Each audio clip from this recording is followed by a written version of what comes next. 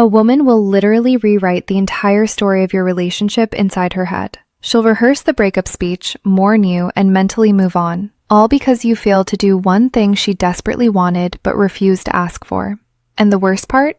You'll have absolutely no clue it even happened. Until right now. Because I'm about to tell you everything. Let me start with a confession. I almost didn't make this video. Not because the topic makes me uncomfortable. Trust me, I have zero shame when it comes to talking about the psychology of women. But because what I'm about to share breaks an unwritten code that women have been silently protecting for generations. Researchers at the University of Texas conducted a multi-year study on communication gaps in romantic relationships, and what they found should genuinely alarm every man watching this. 72% of women admitted to wanting specific behaviors from their partner that they had never once verbally requested. Not because they forgot, not because it wasn't important, but because they believed that having to ask would strip the behavior of its meaning entirely. She would rather go without the thing she desperately wants than have to sit across from you and explain it. That truth right there, that single sentence, is the reason so many good relationships quietly fall apart. And if any part of that hit close to home, I want you to drop a comment below right now. Tell me, have you ever felt that invisible distance in a relationship and had no idea where it came from? Because I read every single comment on this channel, and I want to know your story. If this video is already resonating with you, do me a favor and hit that like button. It tells YouTube to put this in front of the men who genuinely need it. We're building something real here, and your engagement is what makes that possible. I'm Mary Smith, and welcome to Senior Mindful Living, a channel dedicated to helping you navigate the emotional landscape of love, connection, and the psychology of human relationships with depth, honesty, and real insight. Now, I titled this video the way I did for a reason, but probably not the reason you're thinking. Some of what I'm about to share is physically intimate, yes, but most of it is uncovered in a different way entirely. These are the thoughts she buries because society told her that wanting them makes her too much, too needy, too traditional, too intense. So she shoves them into a mental vault, locks it tight, swallows the key, and prays that somehow, miraculously, you just figure it out. Well, today's the day you figure it out, and I'll warn you, number 3 on this list is the silent relationship killer. There's no argument, no dramatic confrontation. It simply erodes things, slowly and invisibly, until one day she's emotionally gone, and you're sitting there wondering when everything changed. So pay close attention when we get there. Let's begin. Number 7. Interrupt her overthinking with physical certainty. Every woman has a version of this moment. She's spiraling. Maybe it's something that happened at work. Maybe it's a comment her mother made that she's been turning over in her mind for 3 days. Maybe it's a single text from a friend that she's been forensically dissecting with the kind of precision most people reserve for solving crimes. Her brain is running 17 tabs simultaneously, and not one of them is loading properly. What most men do in this moment is try to fix it. They start troubleshooting. Have you tried talking to your boss about it? Maybe just don't respond to her message. And from a purely logical standpoint, that makes complete sense. Problem identified, solution offered, case closed. But here's what she actually wants, and what she would chew her own arm off before requesting. She wants you to walk over without saying a single word, take her face in both hands, and press your lips to her forehead. Or pull her into your chest and just hold her there. No advice, no commentary. Just your physical presence delivering a message that words consistently fail to carry. I'm here. I'm solid. You can fall apart for a moment because I am not going anywhere. Neuroscientist Dr. Tiffany Field, who founded the Touch Research Institute at the University of Miami, has published over 100 studies demonstrating that physical touch reduces cortisol, the body's primary stress hormone, by up to 31% within minutes. But what the data doesn't capture is the emotional weight of unsolicited touch from someone you deeply trust. That's not just stress relief. That's safety made physical. She won't ask for this because asking for comfort feels like admitting weakness. Most women have been conditioned from a very young age to handle everything on their own. Requesting to be held feels, to her, like filing a formal complaint against her own independence. So she spirals alone, and quietly, sometimes without even realizing it, she begins to resent that you didn't notice. You don't need to read her mind. You need to read her shoulders. If they're tense, if she's gone quiet, if she's scrolling her phone but clearly not absorbing anything she's seeing, that's your signal. Don't ask what's wrong. Just close the distance and become the interruption her nervous system is silently begging for. Number 6. Say her name, during intimate moments and beyond. There is something neurologically electric about hearing your own name spoken by someone you're deeply attracted to. A study published in the journal Brain Research found that hearing your own name activates specific regions of the left hemisphere associated with self-representation and identity processing. Your name is the one word in any language that your brain treats as fundamentally, exclusively yours. Now apply that to intimacy. Not just physical intimacy, though yes, absolutely that, but also the quiet, ordinary moments. When you're cooking together and he says her name before asking her to pass something. When she's walking slightly ahead of him and he calls her name just to make her turn around because he wanted to look at her. When he's telling a story to his friends and says, "So then Sarah turned to me," and the fact that she exists in his narrative by name, not as my girlfriend or she, but as her specific, irreplaceable self. Most men default to pet names. Babe, baby, hun. Those are warm and familiar and comfortable, but they're also generic. Every woman he's ever dated was probably babe at some point. Her name, though, that belongs only to her. And when you use it in a moment of real intensity, a whispered confession, a heated moment where you stop and say her actual name, a moment of closeness where her name is the only word you can seem to find, it creates a response that no pet name in existence can replicate. She'll never ask you to use her name more, because asking would make it feel manufactured, rehearsed, hollow. The power of it lies entirely in the fact that it feels instinctive, like you are so consumed by her, so specifically attuned to her, that her name is simply the word your mind reaches for automatically. Number 5. Handle another man's attention toward her with calm dominance, not reactive jealousy. This one is layered, and I know it's going to spark some conversation in the comments, and I want that. Be precise with me here, though. She does not want you to start a fight, make a scene, or puff your chest out like a threatened peacock. That's not attractive. That's a liability. But she also doesn't want you to be completely, utterly unbothered. If another man is clearly directing his attention toward her, and you just sit there sipping your drink with zero reaction, she registers that. And what she registers is not, wow, he's so emotionally secure. What she registers is, he doesn't care enough to respond. The sweet spot is calm, measured presence. You walk over. You place your hand on her lower back. You make eye contact with the other man, relaxed, unhurried, completely confident, with a look that communicates without a single word. I see exactly what you're doing. I'm not threatened in the slightest, but she's with me, and we both know it. Maybe you extend a handshake. Maybe you introduce yourself with an easy smile that communicates absolute ownership of the situation, not of her, but of yourself. Evolutionary psychologist Dr. David Buss found that women consistently rated what he called proportional mate guarding as genuinely attractive. The key word there is proportional. Too much and she feels controlled, caged, suffocated. Too little and she feels invisible, undervalued, like she could disappear and he wouldn't flinch. But that precise middle ground, where you acknowledge the situation with confidence, without being destabilized by it, that is profoundly attractive on both a conscious and subconscious level. And here's the part she'll never admit out loud. She might even quietly enjoy that moment. Not because she wants to make you jealous, but because your response tells her everything she needs to know about your confidence, your investment in her, and your willingness to claim her without caging her. That distinction, claiming versus caging, is exactly where most men get it catastrophically wrong. Number 4. Take something off her plate without announcing it. This is one of the most underrated acts of love in a long-term relationship, and almost nobody talks about it with the seriousness it deserves. The American Psychological Association's Stress in America survey found that women reported significantly higher levels of chronic stress than men across every single measured category: work, family, household management, emotional labor, logistics, scheduling. She is running an invisible project management system inside her mind at every waking hour, and the vast majority of it goes completely unnoticed by the people around her. What she wants, what she would never think to ask for, is for you to identify one item on that invisible checklist, without her having to delegate it to you, and simply handle it, quietly, completely, without expecting recognition. The car needed an oil change. It's done. She mentioned once in passing that the kitchen faucet was dripping.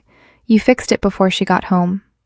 She's been stressed about groceries all week. The fridge is stocked, not because she asked, but because you paid attention.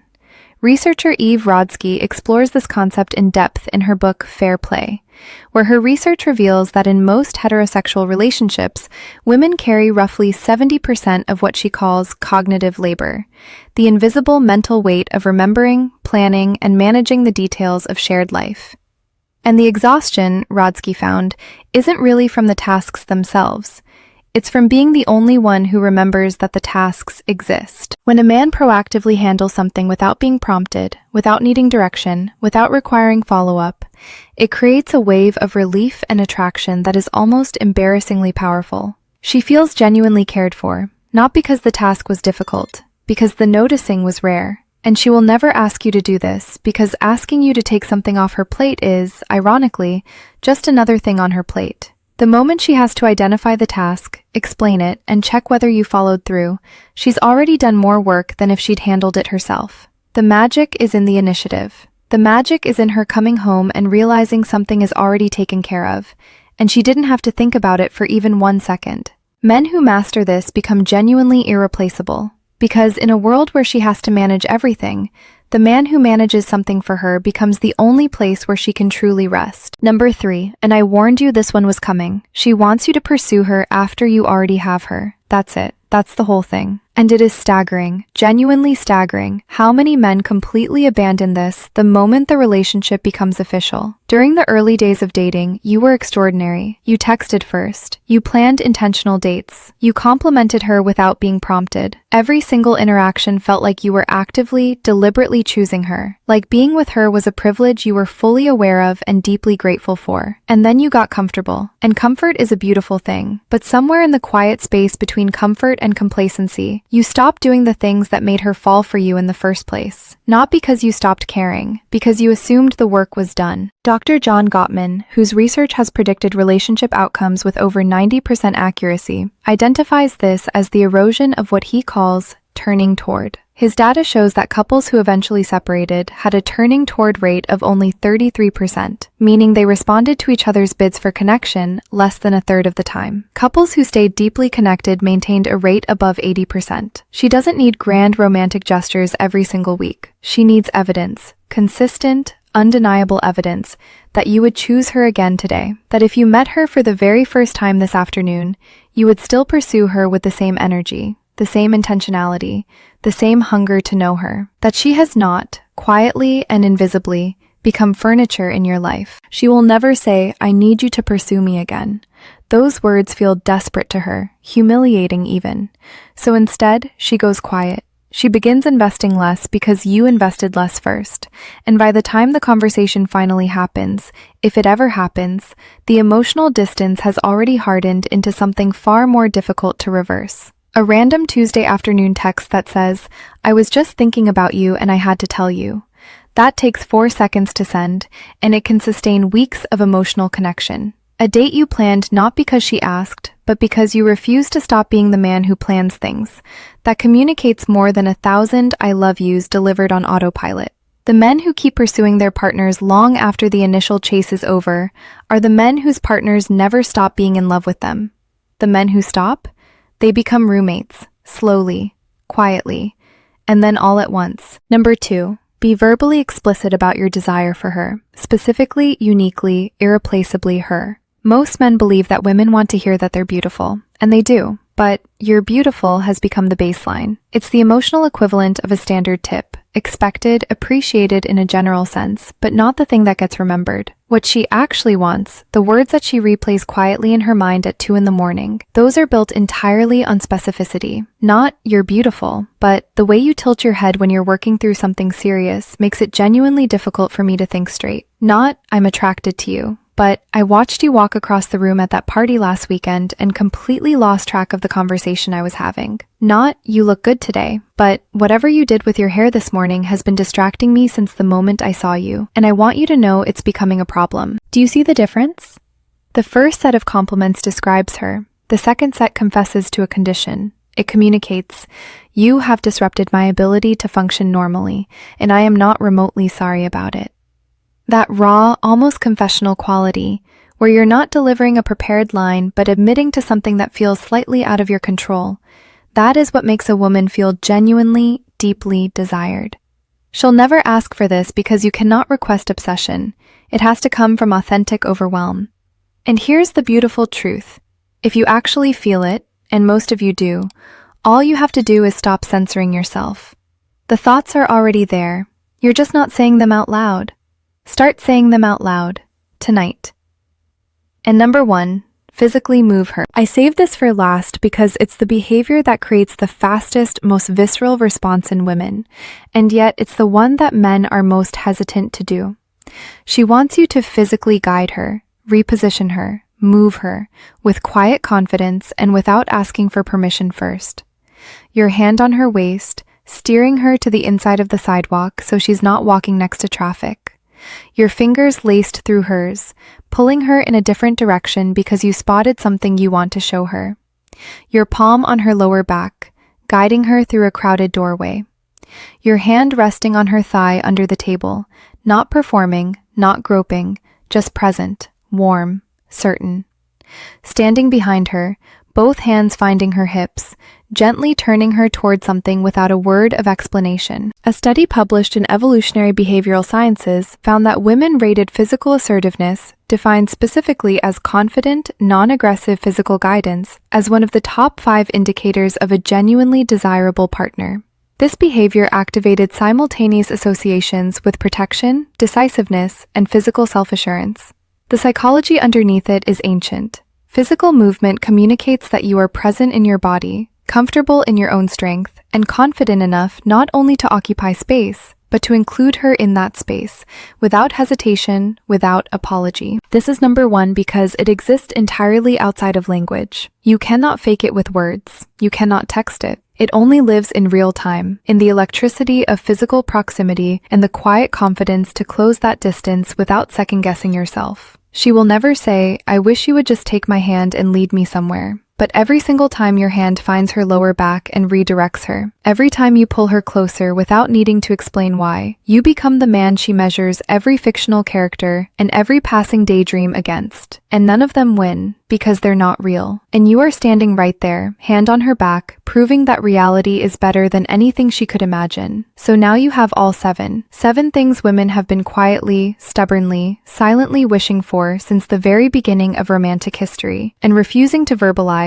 because the asking would undo the meaning of the having. The fact that you watched this entire video tells me something important about you. You are not the kind of man who assumes he already has all the answers. You are the kind who genuinely wants to understand the person he loves, and that quality alone puts you ahead of the vast majority of men she has ever encountered. But I have to say this clearly, knowledge without action is just trivia. I didn't create this video so you could file these away as interesting facts about female psychology. I made it so you could use them. Tonight, tomorrow, in the very next quiet moment when you have a choice between playing it safe and doing something that actually makes her feel something real. Choose the second option, every single time. If this video resonated with you, if something in here made you think of someone specific, or helped you understand a relationship dynamic you've been quietly confused by, please share it. Send it to a friend who needs it. Leave a comment and tell me which of these 7 surprised you most. And if you haven't subscribed to Senior Mindful Living yet, do that now, because the conversations we have on this channel go deep, and I don't want you to miss what's coming next. Now here's something that ties everything together in a way that might genuinely shift your next interaction with her. While you've been here learning what she secretly wants, there is an entirely separate reality playing out on her end that you are probably completely blind to. She has been watching, evaluating, quietly calculating, and in many cases, she has already made her decision about you. The verdict is in, and she is not sharing it. The video appearing on your screen right now is called 4 Clear Signs She's Already Chosen You But Isn't Telling You. And if you don't watch it next, everything you just learned becomes only half the picture. Knowing what she wants is powerful, but recognizing when she has already decided that you are the one, that is the difference between a man who is still trying and a man who has already won without realizing it. It's right there. Go watch it now. I'll see you there.